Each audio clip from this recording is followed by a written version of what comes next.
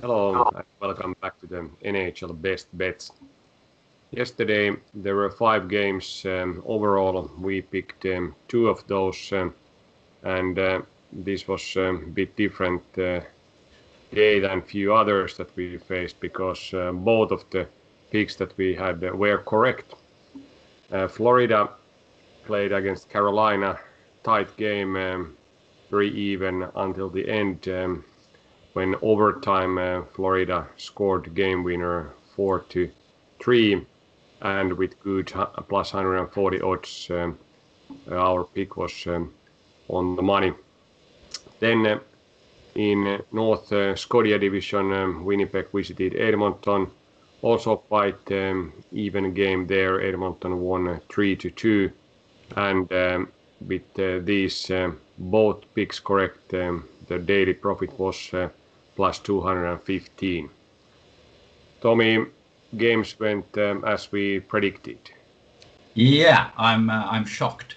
Almost all the games went as we predicted, as the system predicted. But these games, especially, very much close to like we were thinking how it goes. Carolina was a little bit better in the early on in this game against Florida, but then Florida got their offense going, came back from 2 goals behind after the first period, and it was Jonathan Huberdeau and Alexander Barkov, who we mentioned, that then took the overtime winner and got us the pick and Florida the point. So a very even game. Florida has shown that they are actually legit contenders in this division, at least for the playoff spot. So can't count out that team from Florida either. Of course, Tampa Bay is still the biggest favorites, and Carolina right after. But Florida is right now playing very good offensively, and the defense is good enough for them to get these points.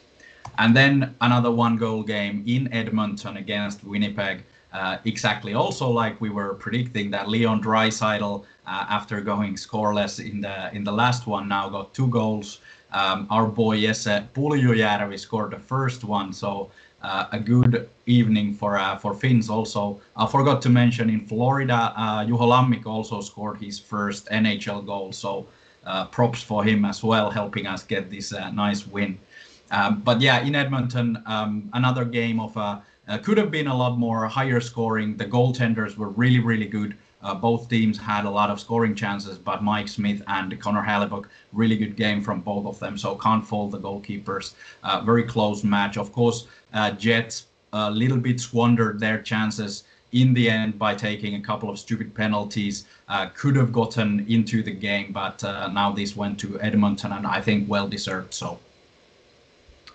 Yeah, and one other game and bet what we discussed yesterday was this parlay in Chicago-Detroit game.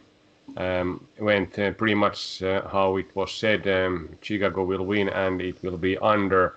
Even though Kevin Lankinen had a shutout, he didn't need to put his best magic to the table tonight, because Detroit is not the team that can win any team if they are not doing their ultimate best, and this was good example that Chicago played on their level, 1-2-0. Yeah, it's rather surprising that even the team of Chicago's caliber, that is not exactly the top team, can now beat Detroit with a pretty much routine effort. So there was not any flashy plays or anything. It was just a grinding game from Chicago. What they are pretty good at that. They've shown that with their great goaltending, they are able to beat at least the bottom teams like Detroit and a couple of others. So they might actually push for the playoffs as well. We'll go through the playoff picture a little bit tomorrow in detail. So let's see how Chicago is doing. Yeah, and then there were 2 big favorites in our simulations that had some value. Toronto took care of the business by winning Ottawa 2-1, bit tighter game that maybe was expected. But then Calgary did what they have been doing at their home Saddledome Arena for years now, and melted quite completely against Vancouver by losing 5-1. Yeah, Calgary needs to get out of their home and just play on the road. The game was really bad from Calgary. They couldn't really they didn't get good chances. They couldn't produce anything. So one goal scored against Vancouver, that is not the best defensive team. Shows a little bit. There is a little bit of an issue now with Flames, both offensively and defensively. They're not able to create chances. They're not able to get out of their own end, and this was a bad result for them. Yeah, and Calgary seems to be a bit difficult to predict because they are some kind of roller coaster team. Sometimes they are playing very well, like playoffs team, and sometimes they play like last night against Vancouver. Then tonight there is a good amount of games. I think currently it looks like there is 9 games. Dallas-Tampa Bay game is postponed. And we have picked a few good bets again to continue our green trend here. So Nashville goes to Columbus, and Nashville has been a bit turmoil. They haven't been able to play as predicted, and now when they go to the Columbus on the road, Columbus lost last game after not so great performance against Carolina 7-3, and I'm pretty sure that Tortorella has instructed with his let's say tender voice to play a bit differently. 7 goals against Columbus is far too much, and we think they will bounce back. There's a good value with minus 120 odds. Columbus is clear favorite on our simulations and bookmakers' books. And then Minnesota continues their Southern California trip. They played the first game after 2-week break in Staples Center against Kings, lost 4-0 with very miserable performance. Now going to Anaheim, where one of the top goalies in the league, Jonathan Gibson, is preventing them to score, and our pick here is under 5.5 because Anaheim is not any kind of big offensive machine either. So with odds minus 116, this under looks a very strong pick. Yeah, in Columbus, we have the home team about 60% favorites against Nashville. And Nashville has been in trouble in defense, in goaltending, in offense. They scored 5 goals in 2 games against Detroit, but managed to lose the latter one 2-4 and beat Detroit 3-2 in the first game. But very bad effort, especially in the second game against Detroit. Detroit was able to exploit all the things that are not working for Nashville at the moment. They have pretty much one line that can produce something, and the top pairing in defense is playing well, but that's about it. So against Columbus, it will be a difficult matchup for them. Columbus, of course, bouncing back from their horrible game against Carolina, where they got beaten 7-3. Of course, like you said, John Tortorella probably made them watch a couple of hours of video of how to defend the box, how to help your goaltender to take the saves that is needed. But if Columbus is leaking 7 goals, they are not going to win a single game. So they are not a heavy scoring team. So it will be a very grinding game again. But Columbus with 4 lines, very even sort of a balanced team. I think they're a very good match to Nashville and should take the points at home. And then going to the second game, it's quite a clear thing from our simulation, 70%, almost 70% under in this case, because neither of the teams, Anaheim nor Minnesota, is able to score a lot of goals, and they do know that, so they are playing very defensively. Both teams have good goaltending and not very high-ranking players in the scoring race. Like we checked, they were about 120th overall in the scoring race. Of course, Minnesota has played a little bit less games than some because of the COVID stuff, but still, if you have players who've scored 9 points in this season, they're not likely to score a lot of goals against each other either. Yeah, and one more statistical note for the Columbus Nashville game is that Columbus have been, let's say, happy to be back at home. They have won 56% of their home games, but the first home game after the road trip is over 58%. And even though Nashville has been much higher quality team during the last 3 seasons than Columbus, especially during the regular seasons, they have met 5 times, and win percentage in Columbus is 50%. So in historical numbers, even matchup, but with recent trend, Columbus should be better positioned to win this one. Then there are a few other games as well tonight that has some value, but odds are maybe so low that it doesn't make too much sense to bet. We have big favorites like previously providing some value. Toronto plays another game against Ottawa, and then San Jose goes to St. Louis, and their home team has some value as well. Yeah, we have those heavy favorites, St. Louis over San Jose for about 72%, while the odds indicate around 65.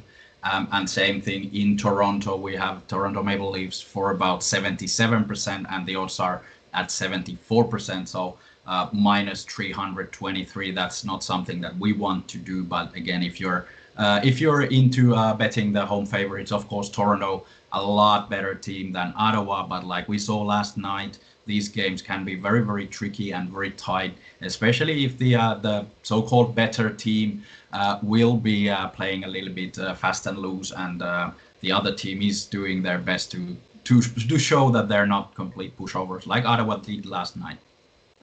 And Ottawa won the previous games 3 nights ago, 5-6, so they can win Toronto. And when we take a look of those back-to-back games historically, that this really is Ottawa's back-to-back percentage on the road is only 30, but their away win percentage overall during the last 3 seasons is only 25. So they have been playing a bit better in these back-to-back games comparing their overall number, while Toronto's home back-to-back percentage is 50, and their overall win percentage as home is over 59. So another statistical nugget that is maybe good to take into consideration before placing your home mortgage for home team.